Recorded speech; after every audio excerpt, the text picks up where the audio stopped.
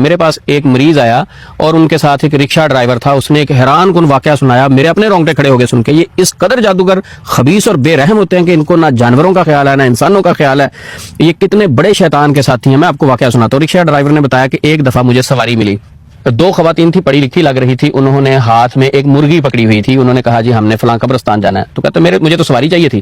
میں نے سواری کو پکڑا اور ٹھیک ہے رکشے میں بٹھایا، لے گیا قبرستان کے باہر اتارا، وہ دو خواتین قبرستان کے اندر چلے گی، کہتے میں نے اپنا کرایہ لیا اور میں نے رکشہ آگے لے گیا۔ لیکن میرے دل میں کہتے خیال چل رہا تھا یہ دوپہر کا وقت ہے، گرمی کا موسم ہے، پڑھی لکھی خواتین ہیں، ہاتھ میں مرغی ہے، قبرستان میں آخر کیا کرنے جا رہی ہیں؟ کہتے میں اس حیرانگی میں میں نے رکشہ آگے لگایا اور میں چھپ کے ان کو واچ کرنے لگا، دیکھنے لگا۔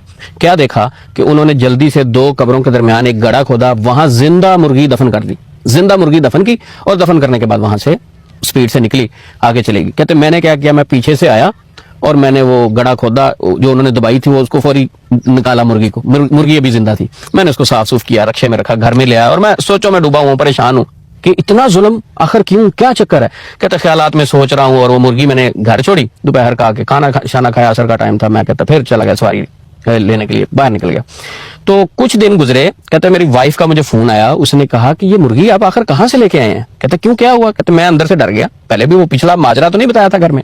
کہتے انہوں نے کہا کہ جب سے آپ مرغی گھر میں لے کے آئے، ایک تو کچھ کھاتی نہیں ہے، دوسرا مسئلہ یہ ہے کہ ابھی تک اس نے کوئی واش روم یعنی بٹھ وغیرہ نہیں کی، تو کوئی بٹھ نہیں کی اور کھاتی بھی نہیں ہے، اور ہلکا سا ڈھیلی ڈھیلی بھی، خیریت ہے؟ یہ کہاں سے لے کے آئے تھے آپ نے کچھ بتایا نہیں؟ کہتے اچھا میں گھر آ رہا ہوں۔ کہتے میں نے جا کے دیکھا کہ یار یہ کوئی جنشن تو نہیں ہے، کوئی اور مسئلہ تو نہیں ہے؟ کہتے میں نے مرغی کی واش روم والی جگہ چیک کی تو وہ سلائی کی ہوئی تھی، وہ سلائی کی ہوئی تھی۔ کہتے جب میں نے وہ دھاگا کاٹا تو اس کی پیٹ سے فوری تعویذ نکلے، انا للہ و انا الیہ راجعون۔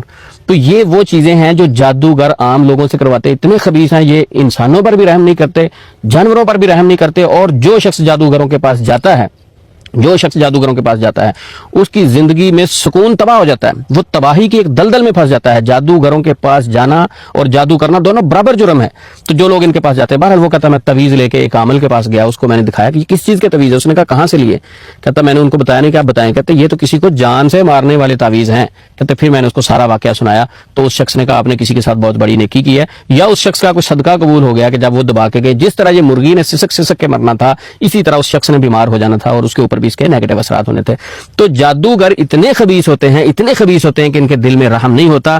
جادوگر دنیا کا خبیث ترین آدمی ہے، اور اگر اسلامی حکومت ہو، اگر ہماری حکومت فیصلہ کرے اسلامی حکومت، ایسے لوگوں کی سزا جو ہے اسلام کا قتل ہے، تو یہ تو ایک اسلامی حکومت فیصلہ کر سکتی ہے۔ میں جادوگروں سے نفرت کا واقعہ آپ کو سنا رہا ہوں، میرے دل میں اتنا اس دن ان کے خلاف نفرت ہوئی کہ یہ صرف انسانوں کے ساتھ نہیں تو جانوروں کے ساتھ، پرندوں کے ساتھ بھی اتنی بری حرکتیں کرتے ہیں۔